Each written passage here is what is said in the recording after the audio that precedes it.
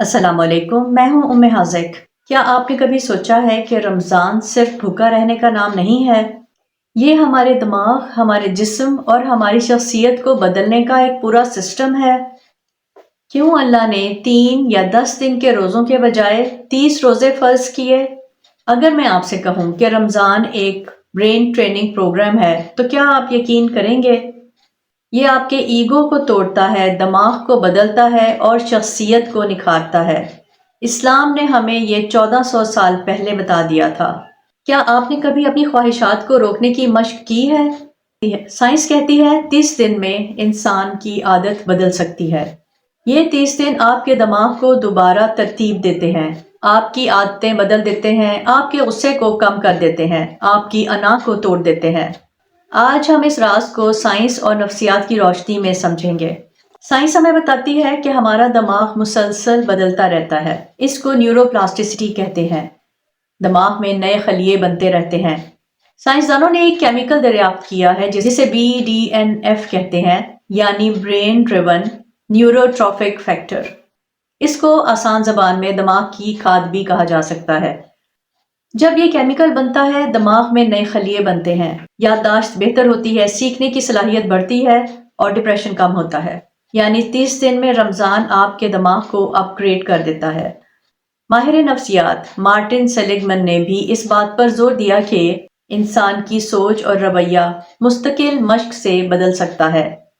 جب ہم 30 دن تک کھانے پر قابو رکھتے ہیں، غصے پر قابو رکھتے ہیں، زبان پر قابو رکھتے ہیں، تو دماغ میں سیلف کنٹرول والے حصے مضبوط ہونے لگتے ہیں۔ خاص طور پر پری فرنٹل کارٹیکس، جو کہ فیصلے کرنے والا حصہ ہے، طاقتور ہو جاتا ہے۔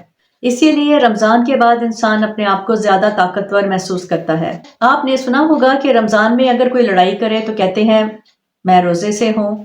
یہ رمضان کی ایک ٹریننگ ہے۔ عام دنوں میں کیا ہوتا ہے؟ کوئی کچھ کہتا ہے، ہمیں غصہ آتا ہے، ہم رد عمل دیتے ہیں۔ لیکن روزہ ہمیں سکھاتا ہے، کوئی کچھ کہے، پاز لیں، سوچیں، پھر رد عمل دیں۔ 30 دن تک یہی عمل دہرانے سے دماغ میں نئے راستے یا نیورل پاتھ ویز بنتے ہیں۔ رد عمل دینے کے بجائے سوچ سمجھ کر جواب دینا، اسے ایموشنل انٹیلیجنس کہتے ہیں۔ جب ہم ہر روز لذت لیتے رہتے ہیں تو دماغ اس کا عادی ہو جاتا ہے، پھر چھوٹی چیزوں میں ہمیں خوشی نہیں ملتی۔ رمضان کیا کرتا ہے؟ دن بھر کھانے سے پرہیز، خواہشات پر قابو، سادہ افطار، عبادت پر توجہ، یہ سب مل کر دماغ کو ری سیٹ کرتے ہیں، جیسے موبائل ری سٹارٹ ہوتا ہے۔ 30 دن کے بعد انسان چھوٹی چھوٹی چیزوں میں بھی خوشی محسوس کرتا ہے۔ ہمارے جسم میں ایک اہم آرگن ہے جسے ویگس نرو کہتے ہیں۔ یہ ہمارے دل، سانس اور جذبات کو کنٹرول کرتا ہے۔ جب ہم روزہ رکھتے ہیں، صبر کرتے ہیں، نماز پڑھتے ہیں اور ذکر کرتے ہیں تو دل کی دھڑکن متوازن ہو جاتی ہے، ذہنی دباؤ کم ہوتا ہے، اندرونی سکون بڑھتا ہے۔ اسی لیے سچے دل سے رکھا ہوا روزہ انسان کو نرم اور پرسکون بناتا ہے۔ نفسیات کے مطابق فساد کی جڑ ایگو ہے۔ میں صحیح ہوں، باقی سب غلط ہے۔ روزہ ہمیں یاد دلاتا ہے ہم کمزور ہیں، ہمیں بھوک لگتی ہے، ہم اللہ کے محتاج ہیں۔ جب انسان بھوک محسوس کرتا ہے، اسے غریب انسان کا احساس ہوتا ہے۔ ایمپتھی یعنی ہمدردی پیدا کرتا ہے۔ 30 دن میں یہ احساس دل میں گھر کر جاتا ہے۔ 30 دن کے روزے کیوں ضروری ہیں؟ سائنس کے مطابق عادت بنانے کے چند مراحل ہیں۔ پہلے 3 دن جسم ایڈجسٹ کرتا ہے۔ پہلے 10 دن ذہن مزاحمت کرتا ہے۔ 20 دن بعد رویہ بدلنے لگتا ہے۔ 30 دن بعد عادت مضبوط ہو جاتی ہے۔ اسی لیے رمضان مکمل ٹریننگ پروگرام ہے۔ تحقیق بتاتی ہے کہ وقفے وقفے سے کھانے میں کمی یعنی فاسٹنگ میں جسم میں صفائی کا عمل شروع ہوتا ہے، جسے آٹوفیجی کہتے ہیں۔ جب جسم صاف ہوتا ہے، ذہن صاف سوچتا ہے، توجہ بہتر ہوتی ہے، عبادت میں یکسوئی آتی ہے۔ اسی لیے رمضان میں قرآن پڑھنے کا زیادہ اثر ہوتا ہے۔ اب سوال یہ پیدا ہوتا ہے کہ جب ہم کھانا نہیں کھاتے تو دماغ کیسے چلتا ہے؟ انرجی کہاں سے آتی ہے؟ عام دنوں میں دماغ چینی یا گلوکوز سے چلتا ہے، لیکن جب ہم روزہ رکھتے ہیں تو دماغ ایک خاص ایندھن استعمال کرنا شروع کر دیتا ہے، جسے سائنسدان کیٹونز کہتے ہیں۔ یہ کیٹونز دماغ میں پریمیم پیٹرول کی طرح کام کرتا ہے۔ اس سے دماغ زیادہ صاف، زیادہ تیز اور زیادہ توجہ کے ساتھ کام کرتا ہے۔ اسی لیے لوگ کہتے ہیں کہ روزے میں ان کا دماغ زیادہ فریش محسوس کرتا ہے۔ یہ کوئی وہم نہیں بلکہ سائنٹیفکلی پروون فیکٹ ہے۔ دنیا میں سب سے مشکل چیز کیا ہے؟ خود پر قابو رکھنا۔ سائیکالوجی کی دنیا میں اسے سیلف کنٹرول یا ول پاور کہتے ہیں۔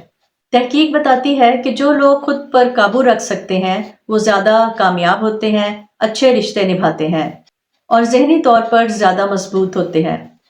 روزے میں ہم کیا کرتے ہیں؟ 16 سے 18 گھنٹے تک اپنی ول پاور یا سیلف کنٹرول کو پریکٹس کرتے ہیں۔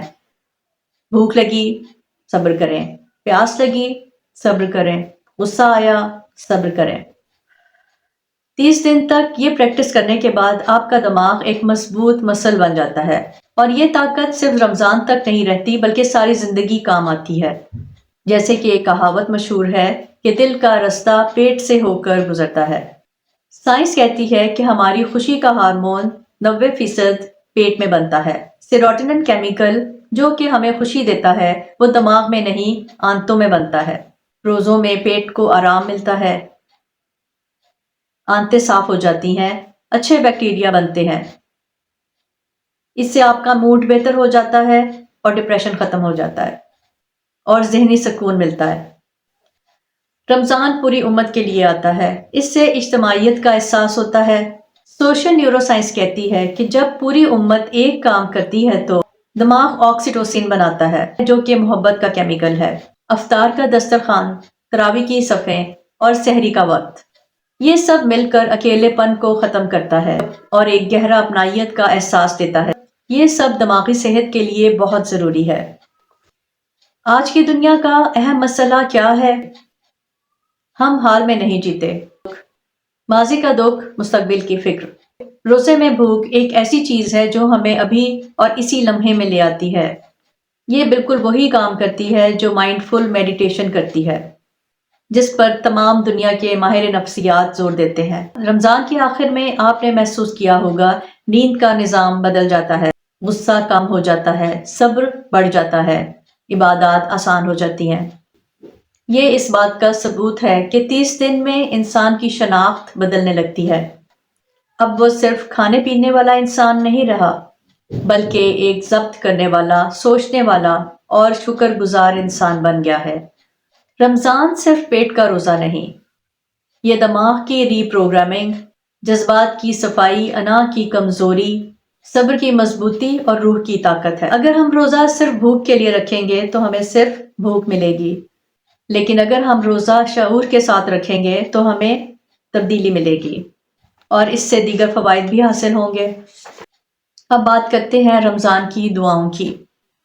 پہلے عشرے کی دعا، رب اغفر وارحم وانت خیر الراحمین، اے اللہ مجھے بخش دے، مجھ پر رحم فرما اور تو سب سے زیادہ رحم کرنے والوں سے بہتر ہے۔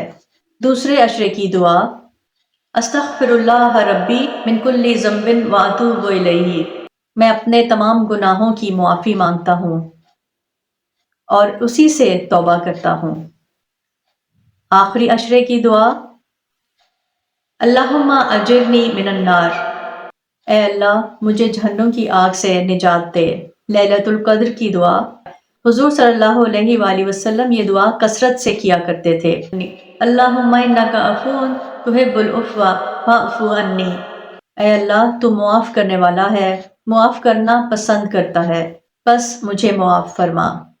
اگر آپ کو یہ ویڈیو پسند آئی ہے تو لائک کریں، شیئر کریں اور کمنٹ سیکشن میں لکھیں رمضان نے میری زندگی بدل دی۔